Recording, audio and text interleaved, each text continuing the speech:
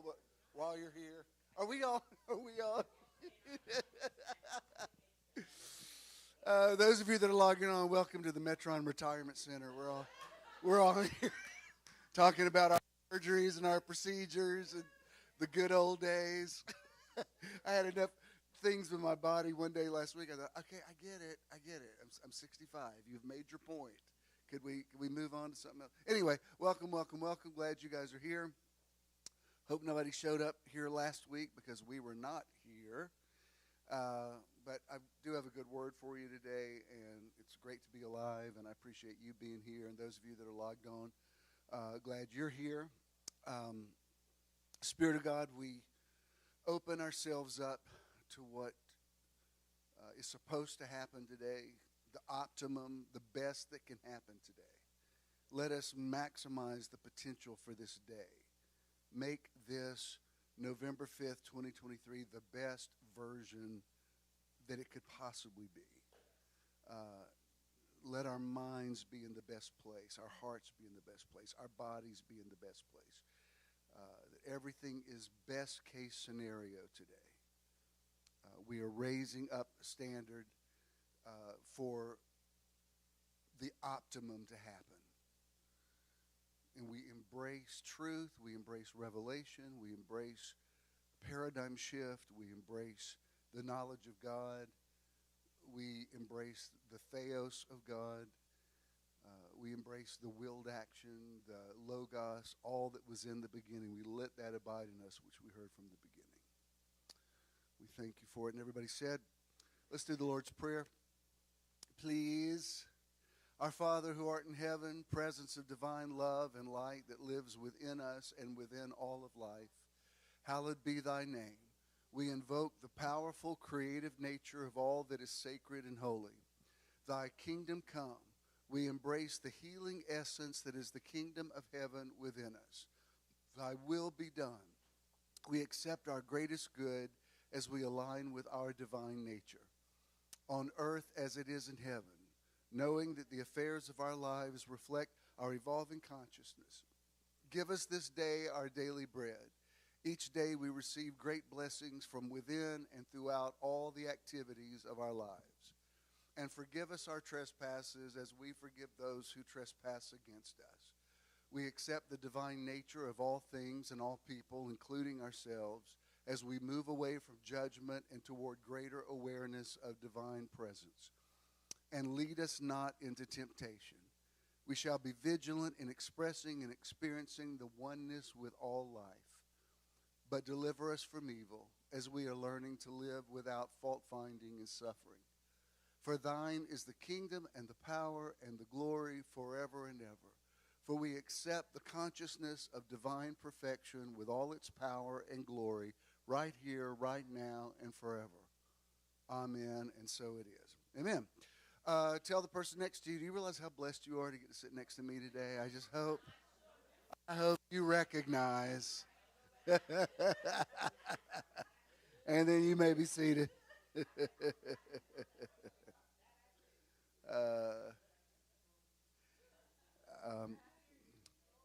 Thank you to those of you who remembered where we are today.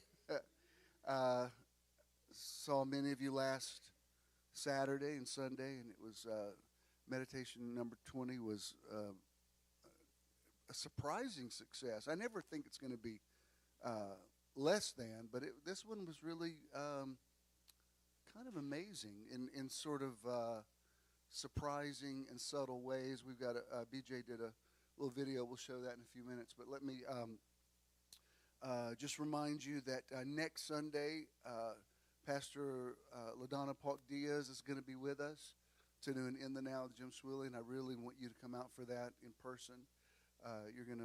You'll really enjoy our synergy together. She's kind of like, in a lot of ways, the female version of me. She's the closest thing I have to a sister, but it's not just our family ties. We're very much on the same page theologically and all that. So please be here next Sunday for that. And I think that's all I have to announce right now. Again, thank you so much for coming out. And I guess let's go ahead and let's play the video BJ, you did a great job on this one. Let's show you what we did last weekend.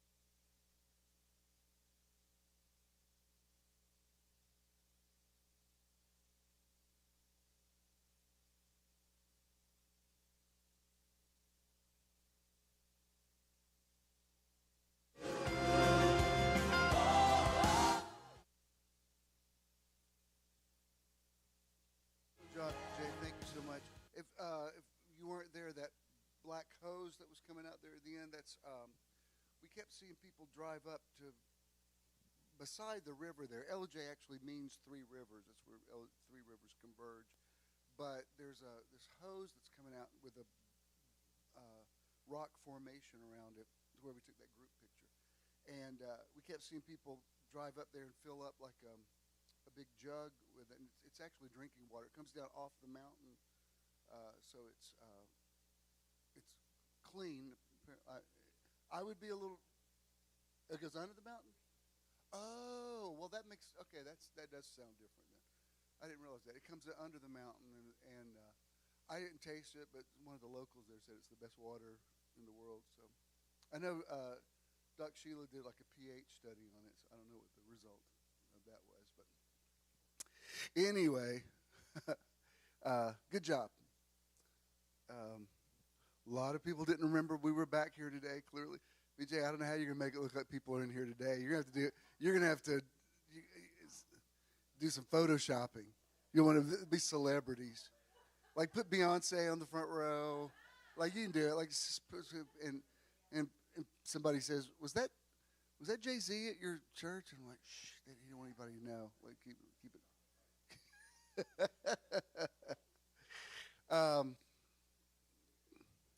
All right.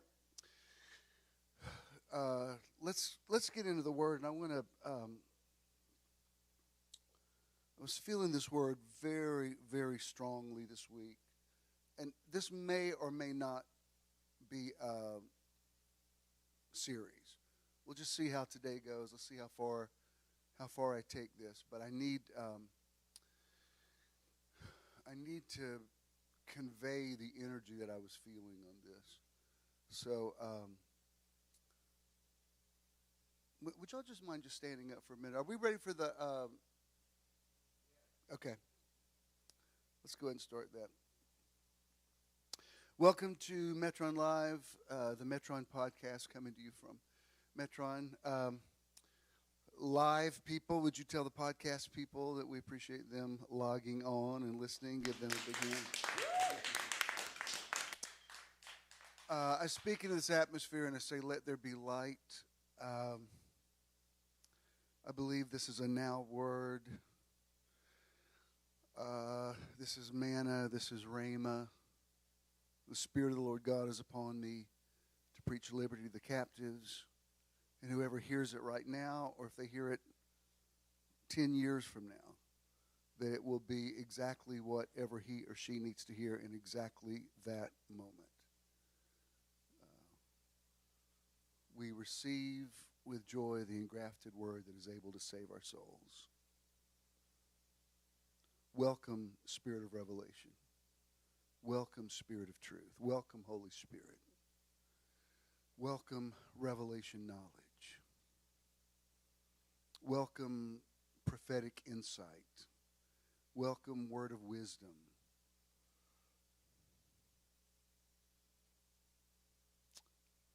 So be it. Amen. You may be seated. Jacob in the scriptures was unique Bible character, mystic, prophetic. His name meant supplanter, literally one who takes by the heel. He was part of a set of twins.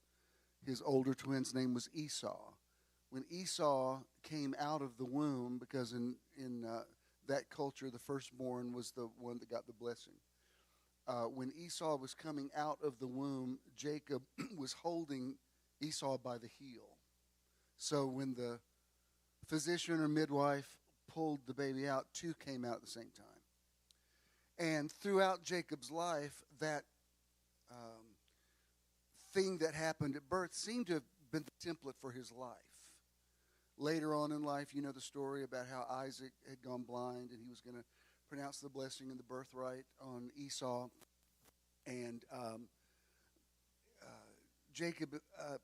Jacob's mother preferred him. And she said, while Esau was out hunting, she said to Jacob, because Esau apparently, they were not identical twins, because Esau was hirsute, a hairy man, and Jacob was not. So they were fraternal. And she came up with an idea. She said, let's put some animal skins on your arms, because we know your dad's going to want to feel of you to make sure it's you before he pronounces this blessing. In this culture, once a blessing was pronounced, you couldn't take it back. It's like there was no takesies backsies with blessings. So it was like a very significant thing that the father says this thing over his offspring. And so they put animal skins with like pelts on Jacob's arm, and when Isaac feels it, and he says he knew something was up. He said, "You seem like you feel like Esau, but you seem like Isaac." But they pulled it off, and you know the story about how Isaac gives them the blessing and the birthright. I'm not exactly sure what the difference between those two things were, but whatever it is, that's what people aspire to get. And so when Esau comes back, you know the story about how he was distraught that Jacob had literally supplanted him. He had taken him by the heel. He had fulfilled sort of his destiny. And that seemed to be Jacob was his whole life like looking for the next thing. What can you give me? Where's the blessing? And in this story I'm going to share with you, it actually served him. And I think I'm going to present this to you in a way that you may relate to it in ways that you have not related to it before. Okay? I don't take all of these, especially Old Testament stories, literally. I'm not saying the supernatural doesn't happen, but I also know there's a lot of things that it's the point of the story that matters more than the literalness of it. Like if I said to you, there's a fable about a tortoise and a hare, and they go into a race, and the rabbit takes off, but the tortoise takes his time, and it's a great story about perseverance, that if you hang in there, even if you're not the fastest, you'll finally get there.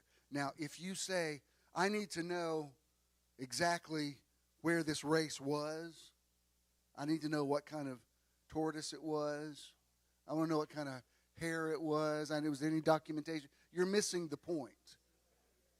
It doesn't matter. Like if you get caught up in the literalness of it, and you start trying to disprove it because you say, I just don't believe a rabbit and an amphibian would actually be in a race. Like, again, missing the point. This is why I don't argue with people who are fundamentalists about the Bible. When Moses wrote, as we assume, wrote the Genesis narrative and talked about the earth being created in 6 earth days, he was not writing it as a scientist.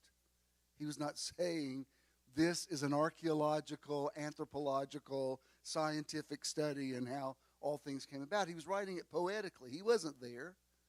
He was coming up with an idea about what he believed. And every one of the ancient cultures had a creation myth to them, and some of them are similar, some of them are not. Again, if you get involved in the literalness of it, and believe me, plenty of people are. I mean, entire denominations split over this kind of stuff. Do I believe Noah had one of 2 animals on the ark?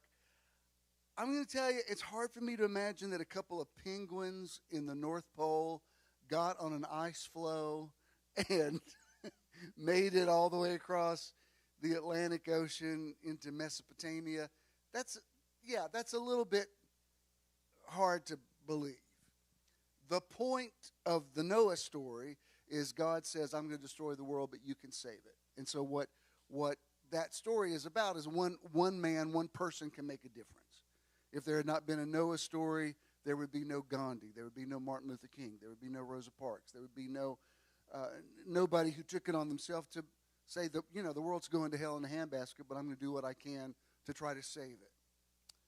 So again, if people want to literalize it, it's fine. But at this creation museum they have up in Ohio somewhere, they literally have they have like recreations of it. Not puppets, but there's these things they've built, and they literally have dinosaurs on the ark. So they're trying to make the ones who actually believe dinosaurs existed. A lot of fundamentalists believe that dinosaurs are a trick of the devil, that the devil just planted dinosaur tracks because y'all are laughing, but I'm telling you, people will come to blows over this kind of stuff. They take it really seriously. And when you say the earth is several millions, possibly billions of years old, people call you a heretic. They're like, no, the Bible says the earth is only 6,000 years old. No, baby. Moses was writing something that you clearly have misinterpreted. So this story I'm about to show you, did this literally happen? I don't know. I'm not ruling out the supernatural. But I'm going to show you some things that are problematic with the story if you read it with literal eyes.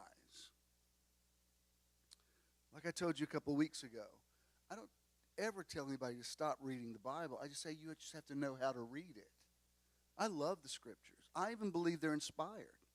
I don't believe they're infallible. I don't think the writers said they were infallible. The whole myth of infallibility is a religious doctrine called bibliolatry that I personally believe the authors of the biblical books would be horrified by, because they were writing about transcendence and spirituality in their generation in ways that they could comprehend. So if you'll notice, literalists rarely have revelation. Because if you approach the Bible with your mentality, you're not going to catch the message of it. They that worship God must worship him in spirit and in truth. Now, when it comes to the Gospels, do I believe there was a man who walked on the earth and performed miracles? Yes, I do believe that. I don't think those are allegories. I think those are real events that happen. However, there were men who were writing about these things decades after they happened. So I still am not going to argue about the literalness of them. When you read the 4 accounts of the resurrection in Matthew, Mark, Luke, and John, they're very different accounts. What matters is there was one constant in the stories. There was a man who died and was in a grave and came back 3 days later. Do I believe that literally happened? Yes. I will always, as out there as some people might think I am, I will always believe in to me, at this point, if I didn't believe in a literal resurrection, I think, well, what's the point? So, yes, I'm going to always believe that. I mean, basically, the Apostles' Creed, I could recite that, especially the modern version of it, and not have any issue with it at all. But I'm also not going to argue with people who have a completely different take on it, because I don't know everything. Are y'all okay? I'm sorry. I didn't mean to. I wasn't supposed to tell y'all that. Now the few people I have in here are going to go, that's it. I'm out of here. I thought you knew everything. Why do you think we drove over here today? All right. So in the narrative of Jacob and Esau, after this thing happened with Jacob taking the birthright, they sort of went their separate ways, and they were polygamous. They had multiple wives. Each of them sort of became a nation unto themselves. And where we are in this story, I'm going to give you the title of the sermon in just a second. Where we are in the story is when Jacob is en route to meet Esau after all of these years. And he doesn't know how it's going to go. It's like, have you ever had a falling out with somebody, or you're reuniting with an ex for something, and you're like, I don't know, like somebody texts you and says, can we get together? And you're like, oh, snap, what is this going to be like? Are they coming in peace, or do they have a gun? Or, do I need to bring backup? I don't know. I mean, there's some people I've reached out to. My opening statement was, I come in peace, because I know you're probably surprised to hear from me. So where we're going to start this story in a second is where this is the night before Jacob is to meet Esau, and he does not know what to expect. All right? So are y'all with me? All right, here's the title. The title is Divine Darkness, Wrestling with God to Find Yourself. Now, when people tell this story, some people say it's Jacob wrestling with an angel. Clearly, when you read it in context, he clearly was wrestling with God. There's not an angel. I was going to show you, I actually did include one picture here, but I was going to show you a lot of different artist renderings of Jacob wrestling, and they all are him wrestling with a winged character, assuming it's an angel. Because frankly, to some people, the idea of wrestling with God just seems really out there. Like, I'm supposed to obey God, worship God. God's in charge. Why would I fight with God? So we're going to tell you why.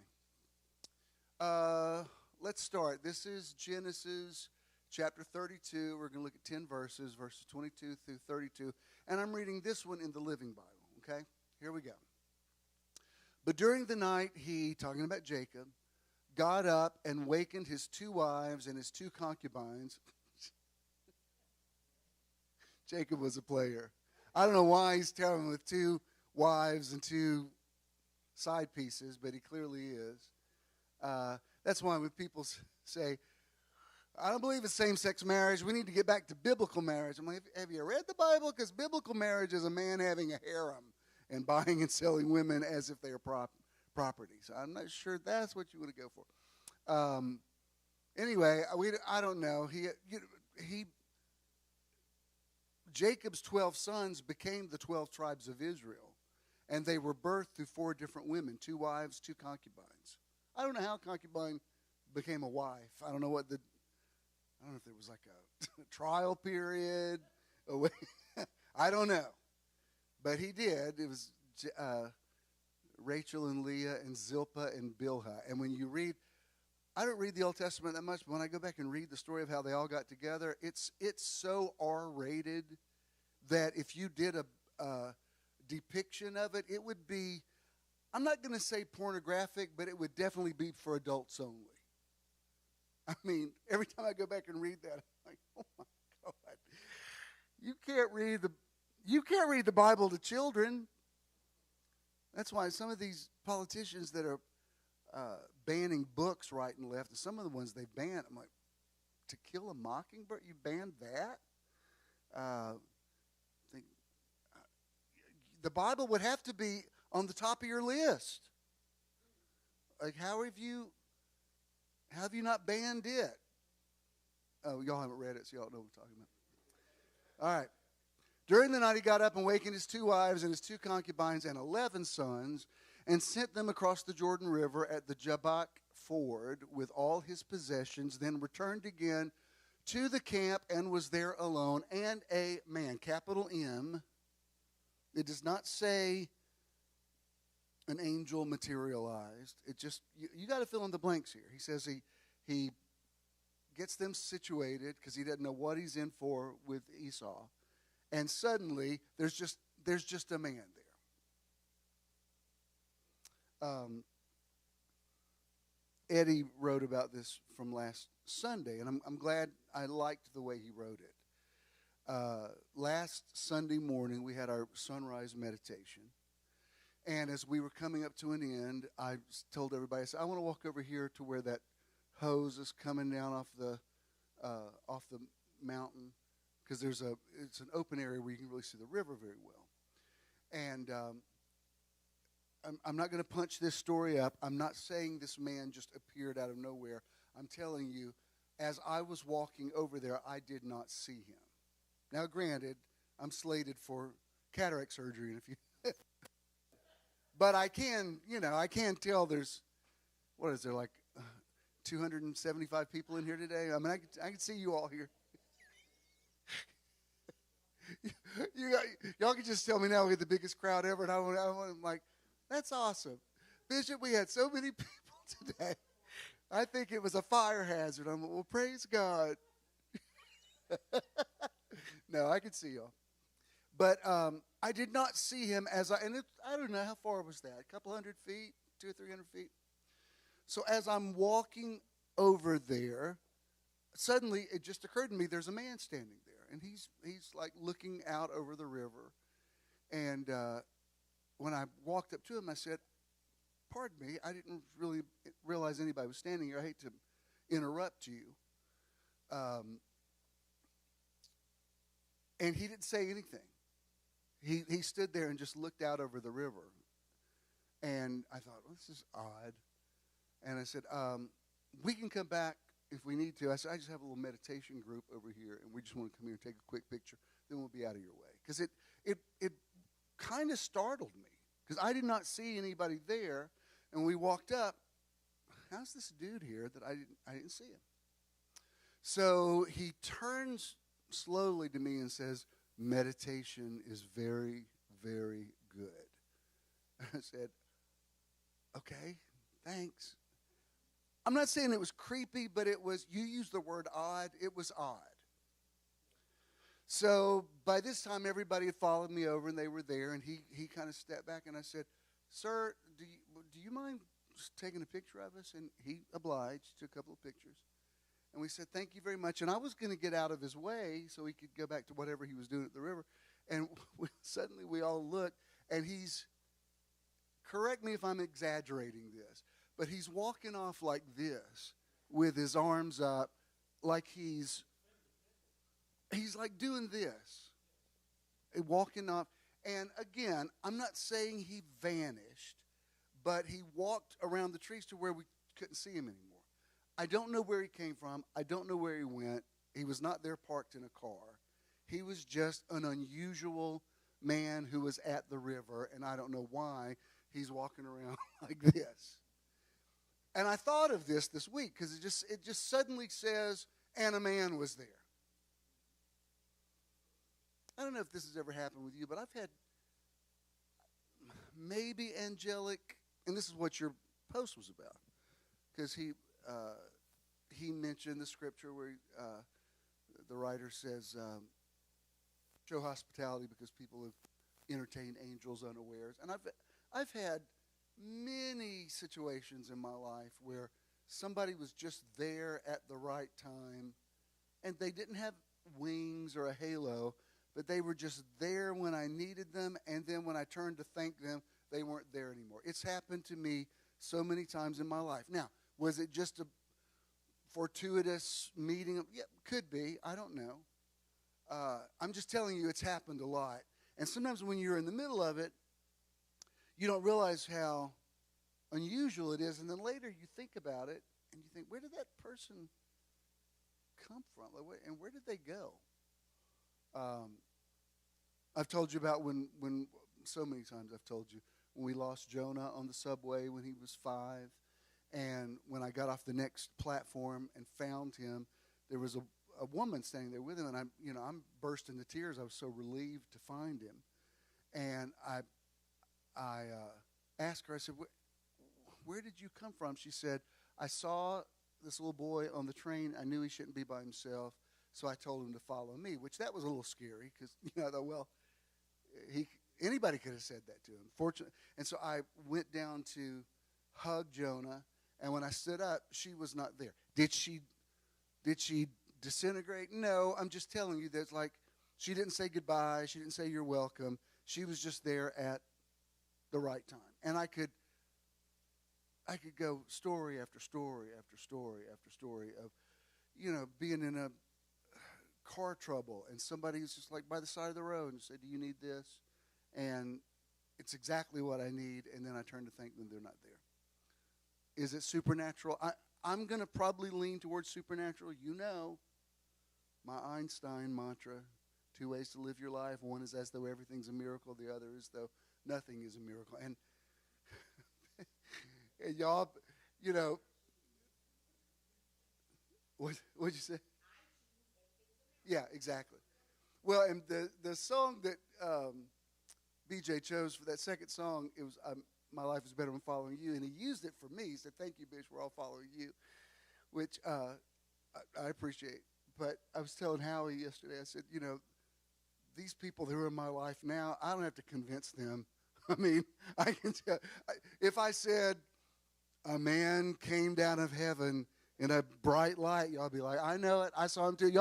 Y'all drank the Kool-Aid and threw away the cup. I know y'all. So I'm not having to convince. I'm wasting my time going, there might have been something supernatural. Like, you're preaching to the choir, man. We're into it. All I'm saying is it says, and a man wrestled with him until dawn. Why? It doesn't say some guy smarted off at him. It just says he gets everybody out of his field of vision, and suddenly it's like there's a man wrestling with him. Was something left out of the story? Who is it? Is he unannounced? Is Jacob training for wrestling? I mean, it just doesn't make sense. What are you talking about? A man wrestled with him until dawn. Let's go on. And when the man, capital M, saw that he couldn't win the match. Now, this is problematic if you think, if this is God wrestling with him. The first thing I learned in Sunday school was God is omnipotent. God is all-powerful. God can do anything he wants to. That was strong in our theology. My God can do anything. And so when it says the man, capital M, saw that he couldn't win the match, he made an illegal move. He struck Jacob's hip and knocked it out of joint at the socket. Now, if he'd done that in a wrestling match, he would have been disqualified. I mean, that's fighting dirty. That's like kicking somebody in the crotch. I mean, that's what that's like. It's like, I remember a bunch of guys and we got pay-per-view and watched when Evander Holyfield fought Mike Tyson. And we're all standing up watching that thing. And I remember we all leaned back and I said, did he just bite his ear? I mean, it's one of those things that you're looking at and you think, did I just imagine that? It looked like he bit his ear.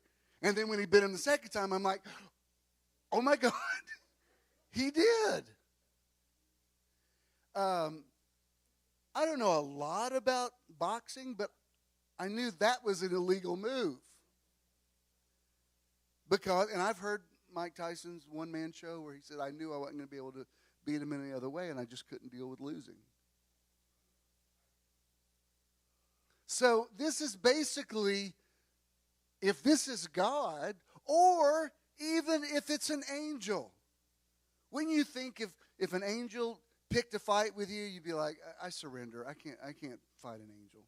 Angel's going to win. Not necessarily. When the man, capital M, saw that he couldn't win the match, he struck Jacob's hip and knocked it out of joint at the socket. Then the man said, that still didn't do it. He's just injured Jacob, fighting dirty, still can't get free from him.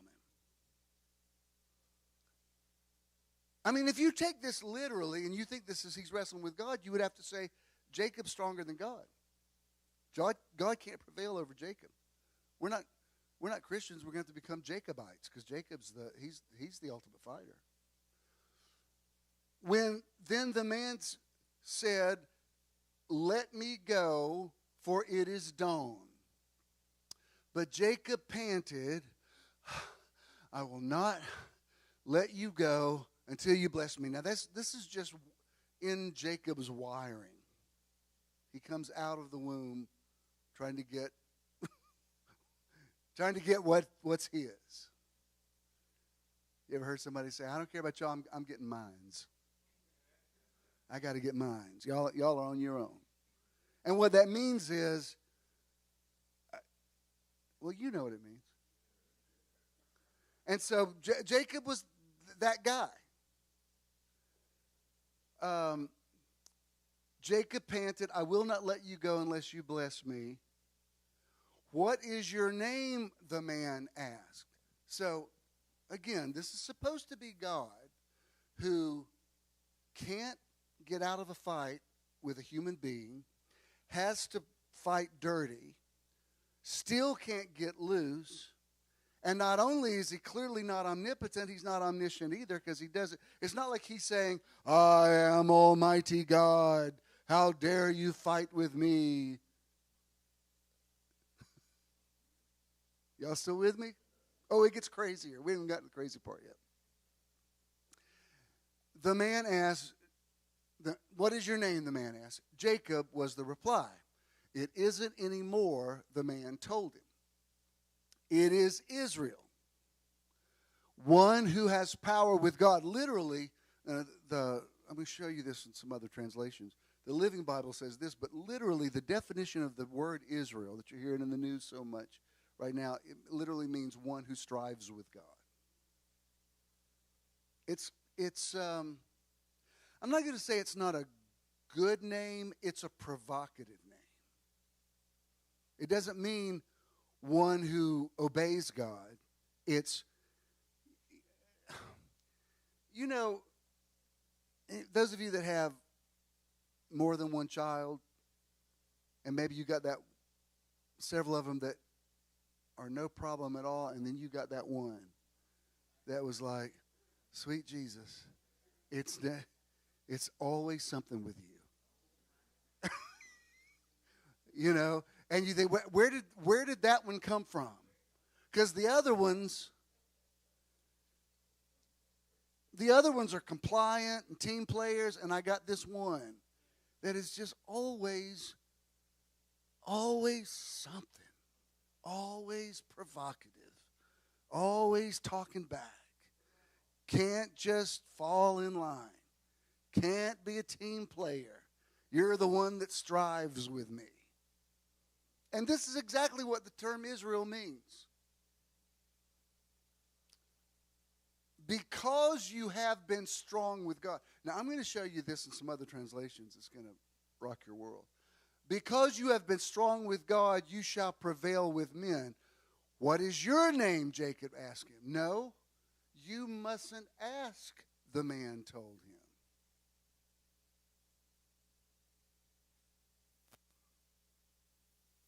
This sounds very familiar to me to the Moses narrative. Well, if I go to Pharaoh, who shall I say sent me?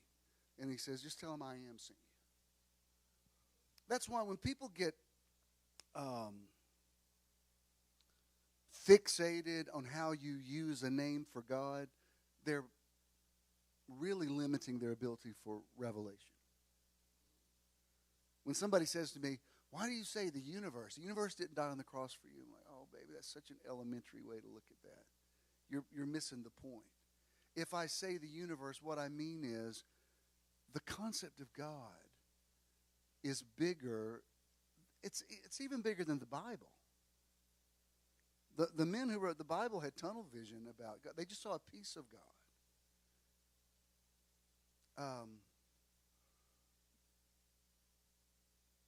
I would have no way of counting how many times I've told this, but it's the best analogy I've ever heard. You know, I've told you about the tribal people who they'd never been out of their village, they'd never seen the ocean, but one of the men there had heard about the ocean and he wanted to see it. So he sets off on foot and walks for days and days and days and days and days and days, and finally he comes to the ocean. So blown away by it that he wants to take the ocean back to his village. So he picks up a shell on the beach, fills it up with ocean water, and for days carefully walks back, trying not to spill a drop, because he wants everybody else to have the same experience. He gets to his village, and they say, where have you been? He said, I went to see the ocean, and here it is. And those people who were looking at that thing he held in his hand had no concept of what he had just seen. We know in part, and we prophesy in part. In my younger days, I was glib about God said this, God said that, God told me this morning God said this. I got up and I was having coffee and God said this, God said. When you get a little bit older and wiser, you start being very careful how you say that. Now I'm much more inclined to say, this is really strong in my spirit. I've been thinking about this all week. This particular word has a glory on it. But just to say, God said this, God said that. For one thing, if God's saying all that stuff, he's saying a bunch of different stuff to different people. Because some people that I hear preach who say God told him to say that, I think, well, we don't know the same God, because the God I know would never say that. So if there is a voice of God, it's clearly not monolithic. Years ago, I was watching a block of airtime on TBN, and this could have been true for any PTL or CBN or whatever, but they were having telethon, because they don't have advertising. It's kept going by the donations of people.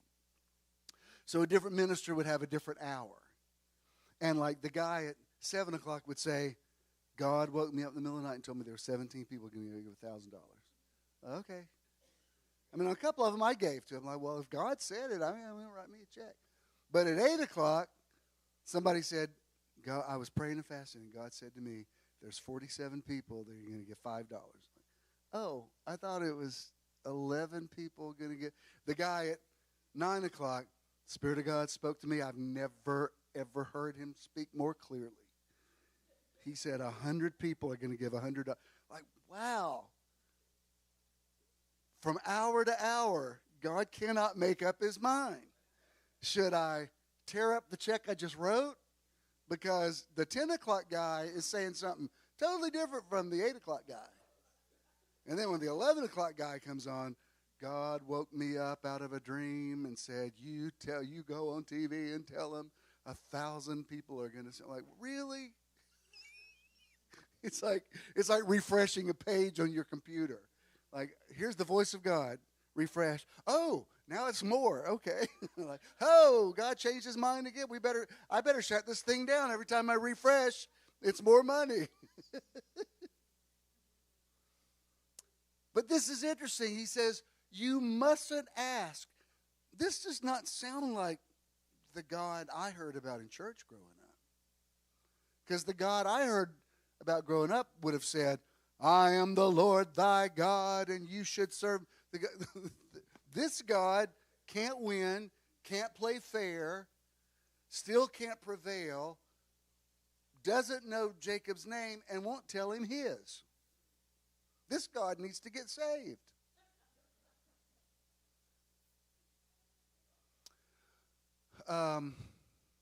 What else we got? And he blessed him there. Jacob named the place Peniel, which means the face of God. For he said, I have seen who? God, capital G. I have seen God face to face, and yet my life is spared. The sun rose as he started on, and he was limping because of his hip. That is why even today the people of Israel don't eat meat from near the hip in memory of what happened that night. Let me show you, I'm going to show you this verse in the next 2 or 3 other, this is out of the Message. This is Genesis 32:28. The man said, but no longer. Your name is no longer Jacob. From now on it's Israel, meaning God wrestler. You've wrestled with God and you've come through. He didn't say you've wrestled with God and you learned your lesson. You know, there was a Broadway show that was out for years. I still see it at the Fox every now and then. Your arm's too short to box with God. Meaning you can't win with God. Well, that apparently, this version of God says, kudos to you, God wrestler. You fought with God and you won. You fought with man and you won. You know, the Wiz is back on Broadway now. And, you know, that was the Scarecrow song in the Wiz. You can't win. Remember that? Michael Jackson singing, you can't win. This God's like, well, apparently you can. Let me show you what he says in International Standard Version. Your name won't be Jacob anymore, the man replied, but Israel, because you exerted yourself against both God and men, and you've emerged victorious. Let me show you another version. This is out of the Voice, Genesis 32:28.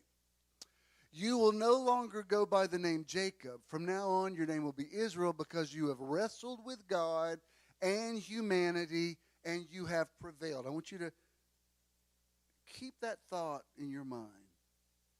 Wrestling with God, wrestling with humanity. What did it do to you? All right. Let me show you. This is in the English Revised Version, Genesis 32:28. Then the man said, your name will not be Jacob, your name will now be Israel. I give you this name because you have what? Fought with God and with men, and you have won. You remember in Acts 9 when Saul of Tarsus is on the road to Damascus, and the bright light appears out of heaven, and Jesus says to him, how long will you kick against the goads? In other words, why are you making it so hard? Why do you keep fighting God? You can't win. Here, Jacob / Israel is commended for fighting with God. The God who apparently isn't strong enough to just knock him out. He's got to play dirty and still says, please let me go. Uncle, throw in the towel. Ouch.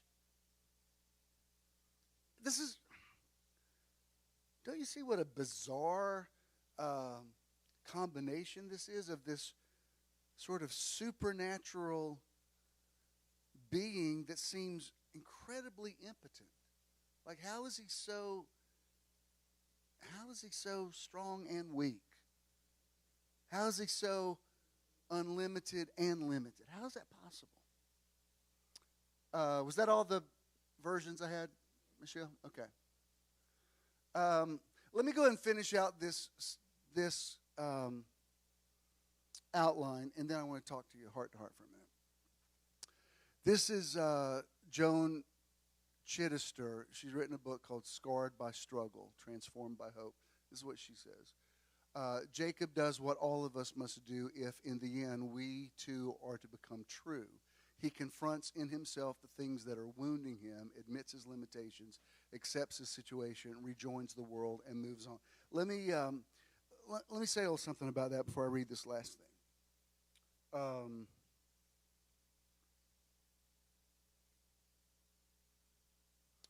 When I've taught you about Job, how that in the beginning of Job, it's God and Satan sort of playing this poker game with Job's life. To me, it's the scariest thing I ever read in the Bible, because it's these two presences just sort of being glib about his life.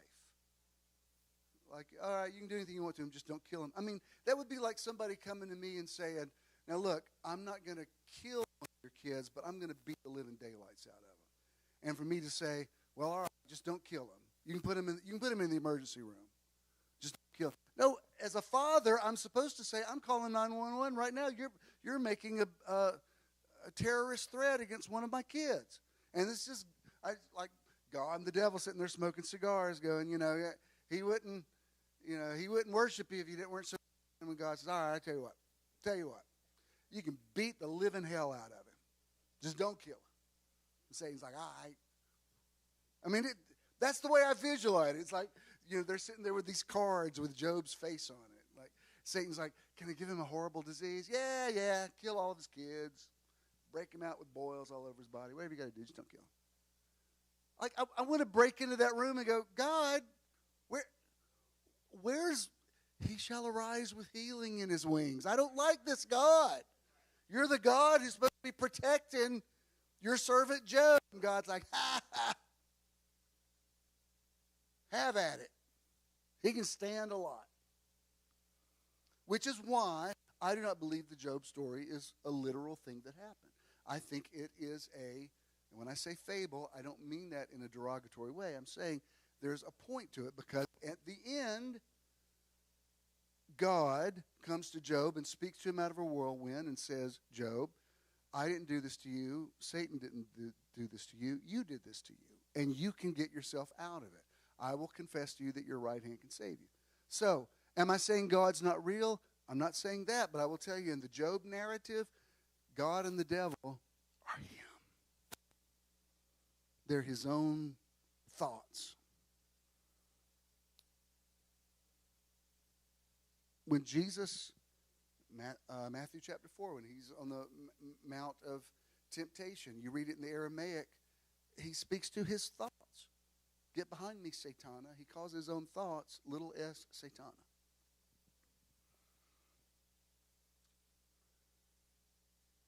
Let me show you this. This is like a poem this guy wrote. This is Struggle by Steve Garnis Holmes.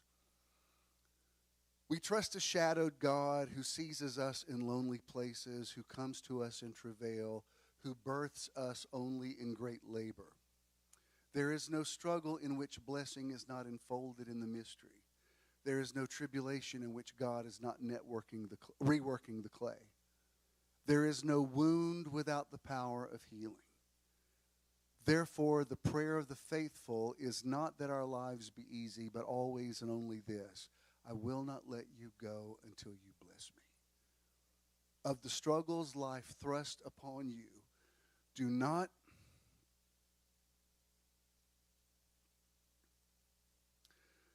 let go until you get from them a blessing and become, limping perhaps, a new person with a new name. Bishop, what are you talking about? What do you mean? Have you ever wrestled with God? All right, can I keep it real with you all?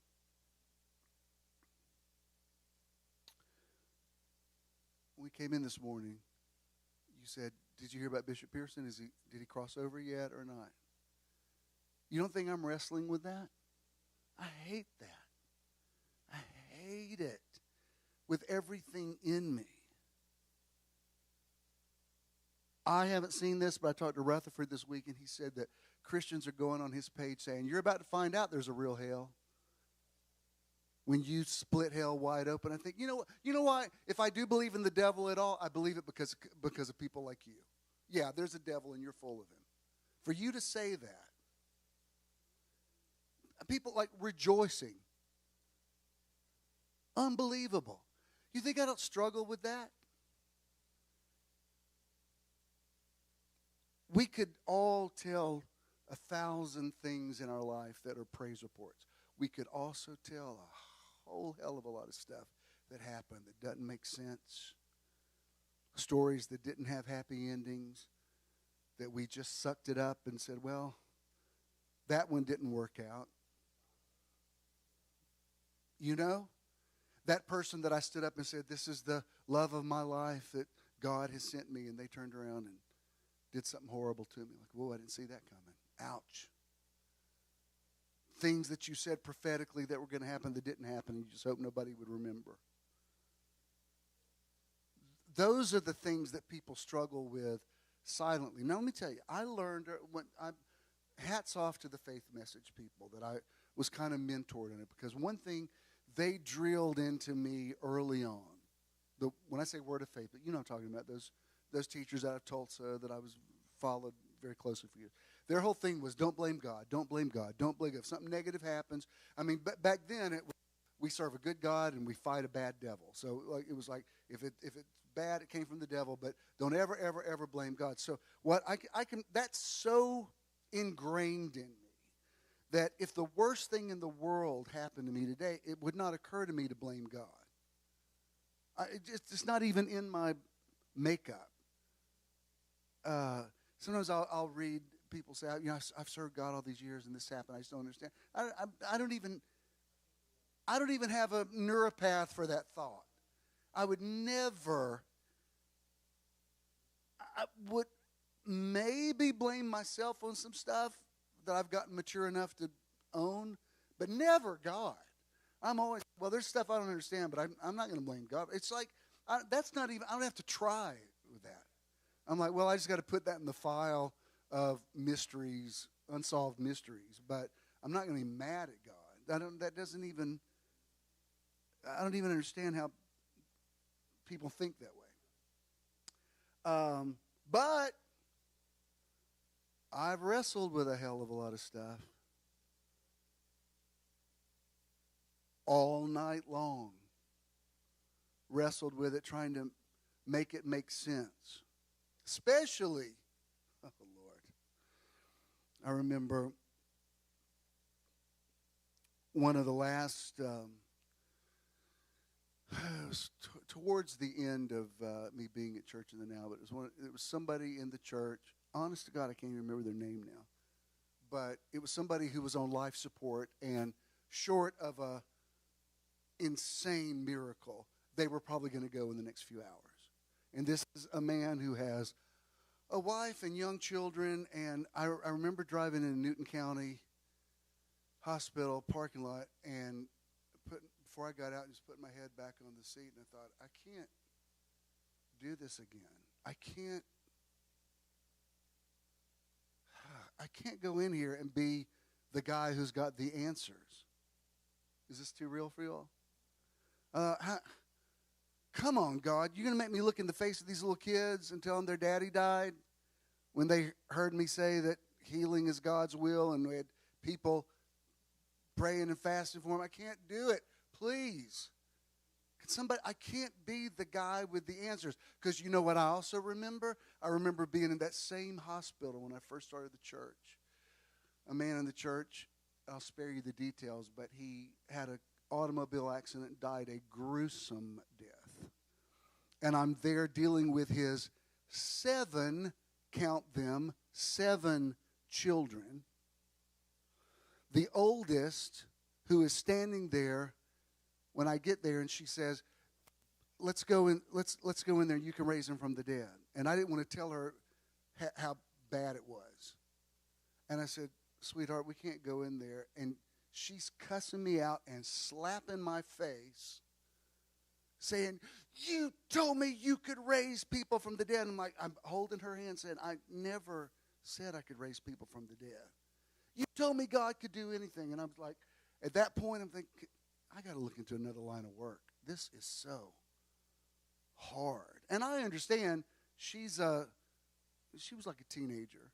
But, that's her grief speaking. But holy cow, when you've been the guy that's had to deliver that message, people respond to grief in very strange ways. When I was in the Assemblies of God, I worked downtown with my dad. Sometimes a family would be out of town, and their AG pastor would call and say, I can't be there. Will you go meet this family and tell them their mother just died? And I've got to walk into Crawford Long Hospital at the time, and there's a group of people standing there. I said, I don't know y'all, but I'm Pastor Jim Swilley, and your pastor called me and said, I hate to tell you, but your mom has passed. And a guy comes up and swings on me. Like, I'm like this. I just missed his fist, and I'm looking like, I don't need this hassle. I don't even know these people. This guy could have knocked my teeth out. I wanted to go, dude, I didn't kill her. Don't shoot the messenger. But I'm saying those are some hard things. Somebody says, you're a minister, what do you do for a living? Like, nothing.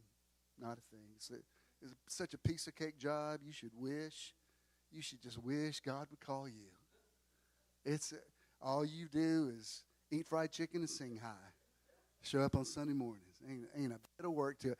I've quit trying to explain it years ago, but I've looked at some people going, yeah, that is not even a job. And think, you couldn't last a week dealing with some of the stuff that I deal with.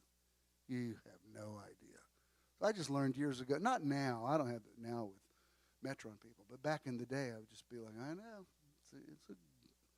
it's a plum job. You ought to hope God calls you to do it. It's fun. But I'm talking about in your personal life. When you're 8 years old, 8 or 9 years old, your father puts you in his blue Oldsmobile and takes you for a ride. It's the first time you've ever heard the word homosexual. You're not even sure what it is. And he's talking to you, and he says, I just want to tell you something. If I ever thought you were that, I would kill myself.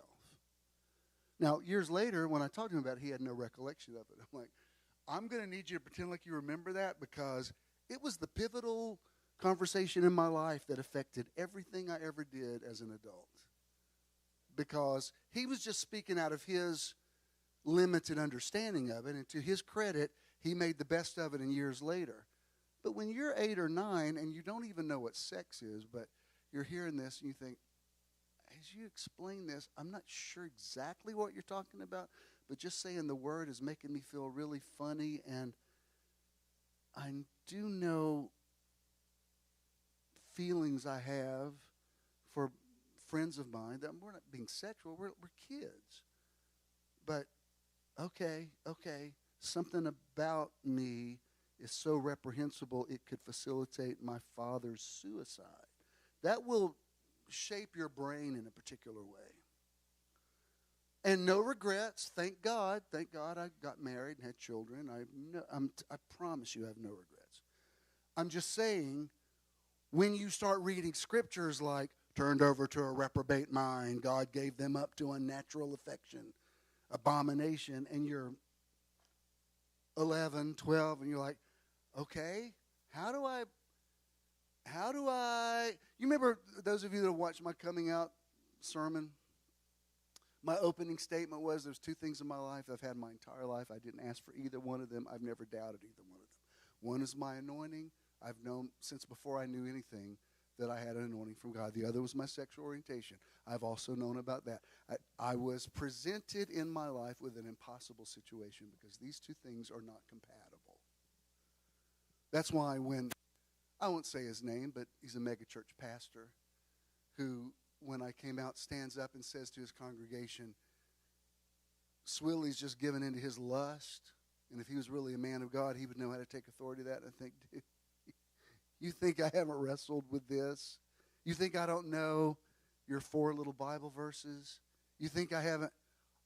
Oh my God, that's what you think? You think I just woke up one day and said, I'm here, I'm queer, get used to it? Like that's what you think? My point is, I know what it's like to wrestle all night long with a thing because you love God. You're wanting to worship God. You're wanting to work for God. You also know you're one piece of information away from certain people in your life never speaking to you again, ever. And over the years, it affects you. Now, here's my point. And I didn't plan to go this real, but you have to feel the impact of this message because there are things in your life, maybe a different circumstance, but you know what it's like to have a thing in your life that you've tried to make sense of, that you've wrestled with. Now, here's the good news. Friday, Maxine Blake had called me and said that Ed had passed. Ed was one of my first musicians at what became Church in the Now. And she said, I've got you on the thing is doing the Old Testament, New Testament. What I really want you to do is talk about Ed. I said, okay, I can do that. So I went. It was an amazingly positive experience. Jimmy Mayo played, and I saw him, and a lot of people from Church of the Now. We've all seen each other enough over the years now that there's no weirdness with us. I'm glad to see. Some people from the movement were there. New Birth staff could not have been nicer. They met me at the door and showed me where to go. It was in a chapel. Their bishop was not there, but one of their elders was. And I never know what to expect when I go into a church world. I don't know.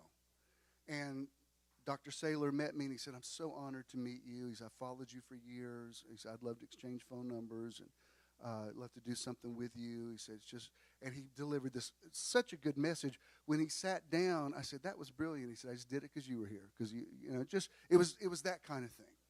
And then we're in a situation with, I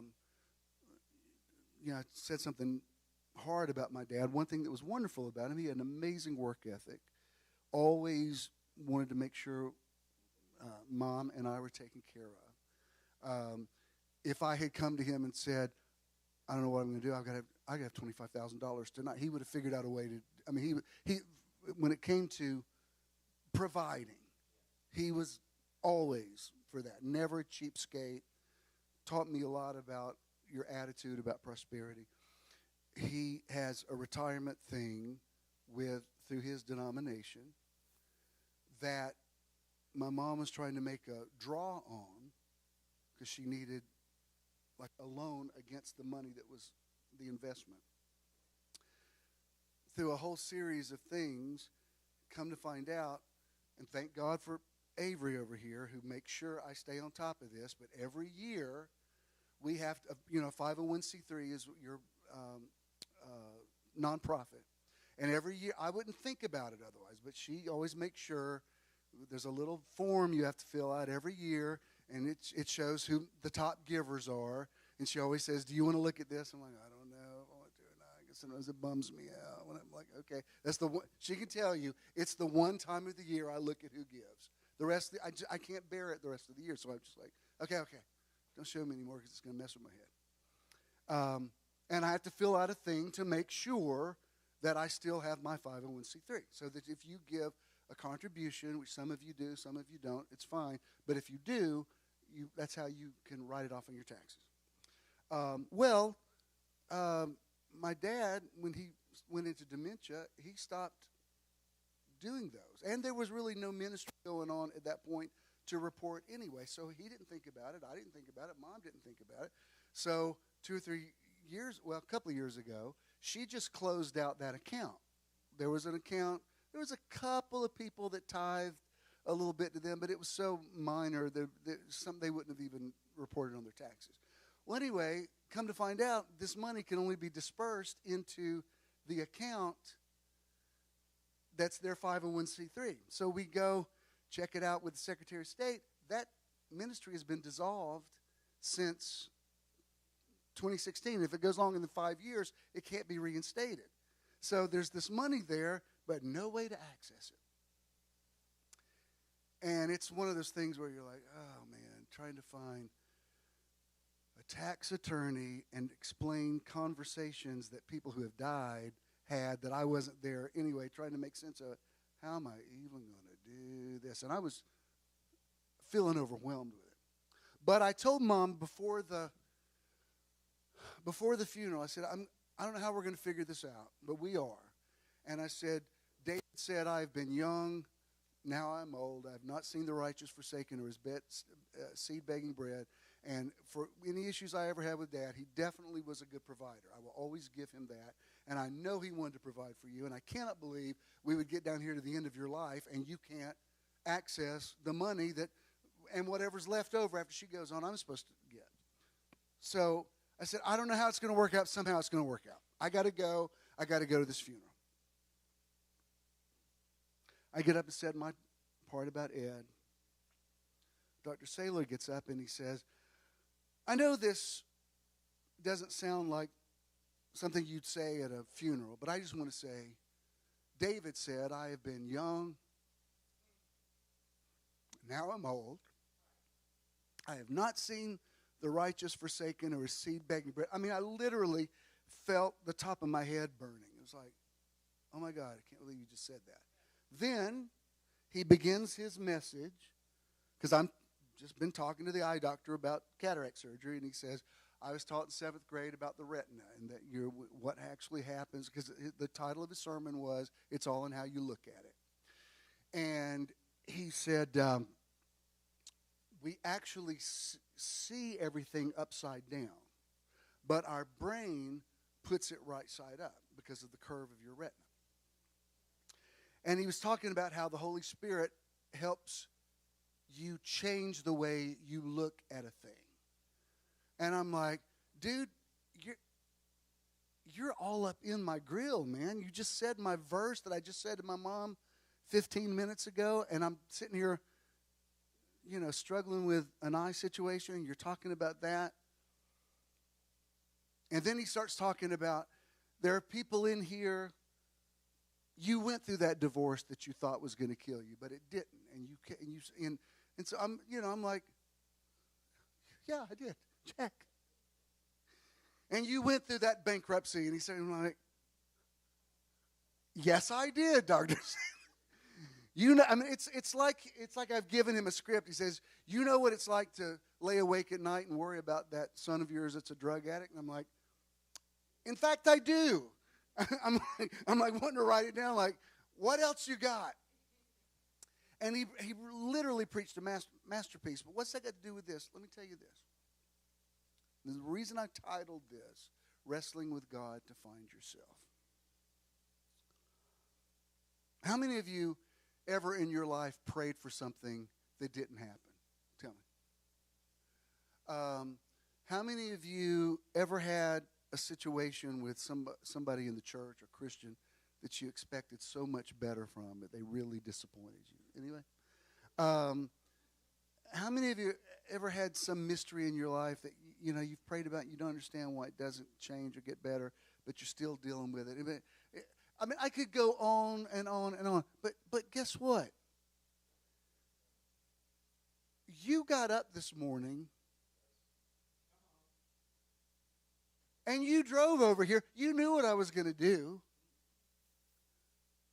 Nobody's serving any food. There's no raffle for money. You knew I was going to stand up and for about an hour talk about the Bible. That was basically going to be it.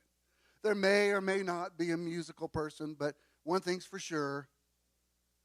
Of all the years, as many times as you've heard my stories, you've never heard me walk up and say, I just don't have anything to say today, and walk out, ever. I always come up with something to say. So you knew what to expect.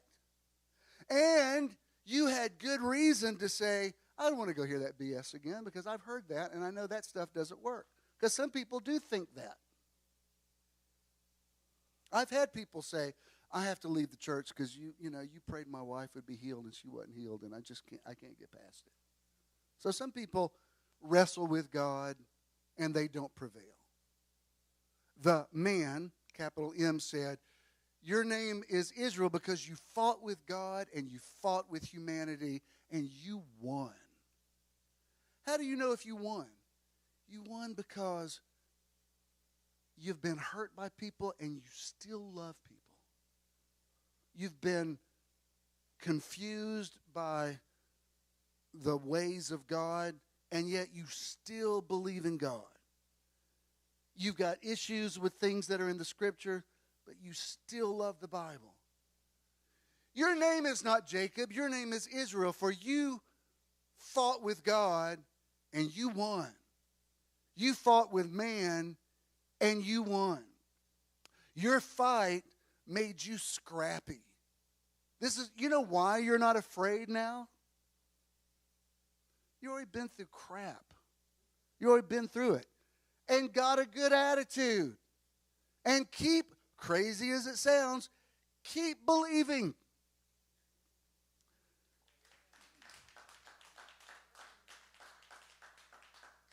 So do I have all the answers? No. The man wouldn't even tell Jacob what his name was. Bishop, who exactly are you talking about? I'm not exactly sure. Because this man doesn't sound like anything that describes the God I was told exists, the omnipotent, omniscient God. You're telling me God is somebody that you get in the ring with and fight, and he can't prevail over you, so he has to play dirty and still has to surrender? Yeah. I don't have all the keys of the kingdom, but I know there's a key on that ring somewhere. And the very fact that after everything we've been through, all of us, your story is different from mine, but you've probably got things you could tell about your childhood and stuff. Both are true. I could tell you things about my childhood that I think it was a privilege. I mean, it was wonderful. I could also tell you other things. Both things would be true and have you all crying in a minute. And you know what? You could do the same thing. Did you have a wonderful childhood? Yes. Did you have a horrible childhood? Yes. Both things are true. Just depends on, as Dr. Saylor said, how you look at it. Because it's all coming in upside down. But as you wrestle with God, it goes right side up. And you can say, I don't have it all figured out, but there's enough I got enough of a taste of something that makes sense to me, that makes me want to keep believing for more. Do you know why at this point I continue to minister? Because I'm old enough now. I could go ahead and retire and start getting Social Security, and I've got a couple of retirement things I could start drawing on that. And there are some days when I just have a handful of people show up. I think, well, maybe it's run its course. Maybe, because one of the big mysteries of my life, as I've told you before, I never hear people say you preached a good sermon. Every week of my life I hear, you saved my life. I hear the term, you saved my life. It may be hyperbole, but I hear that one thing. I've heard that from more people in my life more than any other phrase I've ever heard anybody else say. Nobody said, you're a good preacher. People say, oh my God, if I hadn't heard that word, I don't think I would have made it. That's the kind of dramatic stuff I hear. And the wrestling with God with that is, well, where are all the people then? If I'm saving that many lives, people should be lined up around the block. It's an unanswerable mystery that I'm not putting on you. You're like, we got here today. Don't yell at us. We're here. But I'd be lying if I said it's not a mystery or that I've wrestled with it. But here's the title. You wrestle with God to find yourself. Job found himself. Jesus, on the Mount of Temptation, found himself. On the Garden of Gethsemane, he found himself. You say, no, they found God. No, you found yourself. Because there's still things about God that you don't understand. But you know who you are. I know who I am. I know who I am. That's why you can't bully me with a few verses that you picked out. You can't scare me. I've heard worse from people bigger than you. You can't, you came too late. So the wrestling with God reveals who you are. It's the road to demask us. You say, I just want to know more about God. No, you're learning more about you. And you're finding that you're made out of some good stuff. And the fact that you're not home this morning feeling sorry for yourself, because you could find some stuff. You know what it's like to say, I didn't think I'd end up at this point in my life being alone. Why don't I ever, and when can I get really real? When you get to a certain age, that golden bachelor thing is slim pickings. I hate to tell you this, there ain't that many golden bachelors running around. Am I being too real? And sometimes you say, I just cannot live with him or her anymore. Like, well, you better think about it because you might not have a lot of alternatives. I'm just telling you. I could do better. Could you? Could you really? I mean, really? Isn't that? I mean, I hate to be unromantic, but isn't that what marriage is? Finding the person who can just tolerate all of your stuff. They know it now, and they're like, yeah, all right. All right, I know you, but I'm...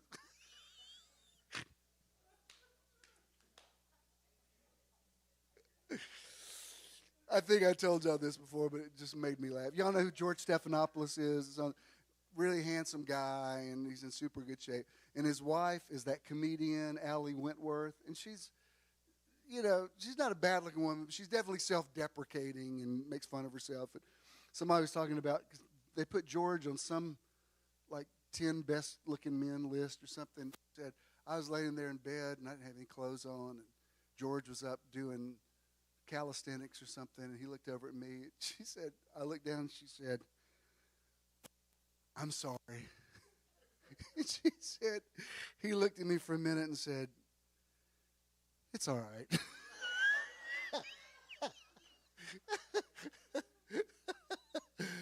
I thought that was brilliant because it's the way life really is. But it's easy to say, well, I didn't think I'd be at this point. Well, you are. That is where you are. Guess what? You still got to live your life. and still believe in possibilities, because you don't know. As crazy as it sounds, you could be at Starbucks this afternoon and somebody walk up to you and say, "Pardon me, can I just ask you what your name is?" You don't know. Don't get in the car with them until you know who they are. They might be a serial killer. But what I'm saying is all things are possible, but you've also got to live with the possibility that a lot of things are improbable. Am I being too real? And I'm just using that as an analogy for the way life is altogether. When I have the vision that comes in upside down, and I say, "Man, there's a lot of empty chairs in here today." And then I think, "Yeah, but look at the people that showed up, who didn't have to. You did not have to be here, but you are. So guess what? Your name is Israel. You fought with God, and you won. And if you have won this much, if you've made it this far, you can make it the rest of the way. And whatever you need to happen will happen. And thank God, like I had at that funeral Friday, for a little signpost along the way, that I was like, "Thank you, that's all I need. Just tell me a little something, that something out there that I call God sees me and is saying, this situation is going to be okay. You're going to figure it out. It's fine." And I'm like, "Okay, I'm good. I'm good to go. Second wind. Let's go for another round." And man, that fight was hard, and I am limping a little because God kicked my hip out of socket. No, he did not. Who knew? God is like Mike Tyson. Bite your ear off. But you know what? I heard Evander Holyfield in an interview that laughed about it. He said, "It's fine. It's like one of funny." I mean, they sewed what they could back on there. And he's not, they're like good buddies now. He's not even mad at him. He's like, "Yeah, we just laugh about it now." I'm like, "You weren't laughing that night." Some of us looking a little raggedy because we've been fighting all night long. Got teeth missing, ear hanging off, limping, but we're here. We're here.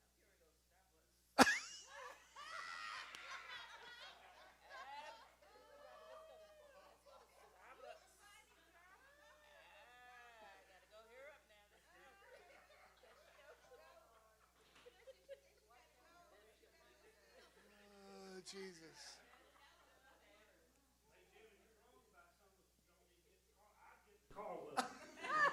He said, "Oh, you a handsome thing." I'm like, "Where are we going?" I hopped right in that truck.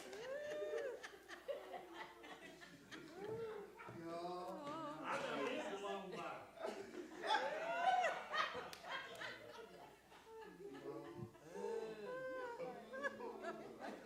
Stand up, y'all. I am through with y'all.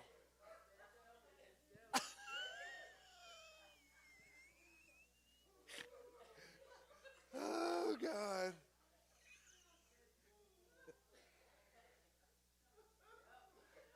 I can't even pray for y'all. Just play the outro. Y'all are crazy. Contributing to METRON is quick and easy. You can give anytime using any smartphone. Text the amount you would like to donate to 404-620-5044. You will then receive a notification that you successfully completed your donation. You may also visit bishonthennow.com and click the support tab to give there as well.